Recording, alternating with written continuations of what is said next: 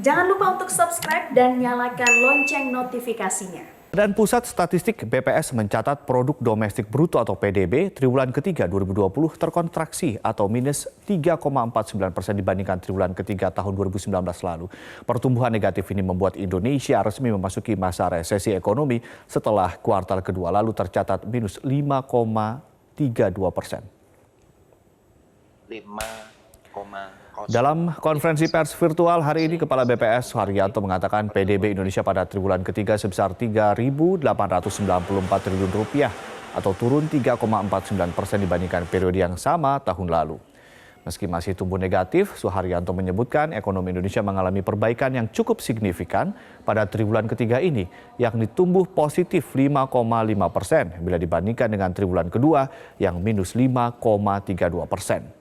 Sebanyak 17 sektor lapangan usaha menurut catatan BPS mengalami pertumbuhan positif dan tertinggi terjadi pada sektor transportasi dan pergudangan yang tumbuh hingga 24,28%. Diikuti sektor akomodasi makan dan minum yang meningkat 14,79%. Membaiknya ekonomi pada triwulan ketiga ini menurut Suharyanto bisa menjadi modal yang bagus untuk mendorong pertumbuhan ekonomi pada triwulan keempat. 13% PDB kita berasal dari secara tahunan Y on Y. Meskipun pertumbuhan ekonomi kita masih mengalami kontraksi sebesar 3,49%, tetapi kontraksinya tidak sedalam kuartal kedua tahun 2020 yang sebesar minus 5,32%. Artinya terjadi perbaikan dan tentunya kita berharap di triwulan keempat situasinya akan menjadi lebih baik. Apalagi dengan adanya pelonggaran PSBB. Pandemi COVID-19 tidak hanya membuat pertumbuhan ekonomi Indonesia negatif, tetapi juga menambah jumlah angka pengangguran. Berdasarkan survei Angkatan Kerja Nasional yang dilakukan Badan Pusat Statistik pada Agustus lalu, terjadi penambahan jumlah pengangguran sebanyak 9,77 juta orang. Indonesia resmi jatuh ke dalam jurang resesi ekonomi setelah Badan Pusat Statistik mengumumkan angka pertumbuhan ekonomi kuartal 3 tahun 2020 minus 3,49%. Sebelumnya pada kuartal 2 pertumbuhan ekonomi juga minus 5,32%. Resesi ekonomi terjadi apabila pertumbuhan ekonomi mengalami minus sebanyak 2 kuartal berturut-turut. Kepala BPS Suharyanto mengatakan pandemi COVID-19 tidak hanya membuat ekonomi Indonesia masuk resesi tapi juga menambah jumlah angka pengangguran. Berdasarkan survei Angkatan Kerja Nasional yang dilakukan BPS pada Agustus lalu, tercatat terjadi penambahan jumlah pengangguran sebanyak 9,77 juta orang.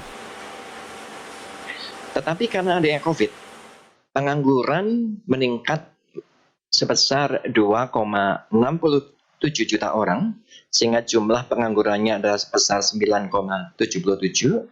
Jumlah orang yang bekerja mengalami penurunan 0,31 juta, pekerja penuhnya menurun 9,46 juta, pekerja paruh waktu dan pekerja atau setengah penganggur mengalami peningkatan sebesar 4,83 juta orang.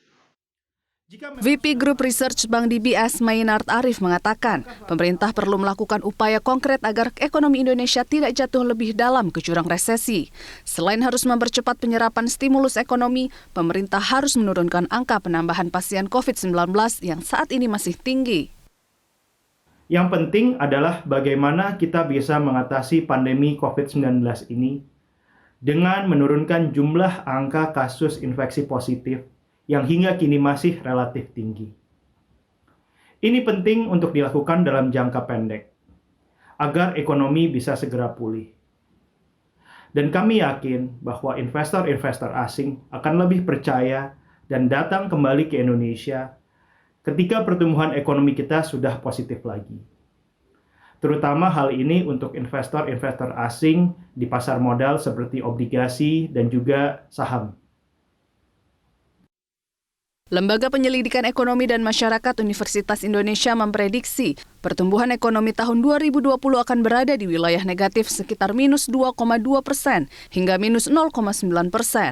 Untuk mendongkrak pertumbuhan ekonomi pada kuartal 4, pemerintah perlu mencermati tekanan eksternal seiring dengan tetap menjaga permintaan domestik. Tim Liputan Metro TV.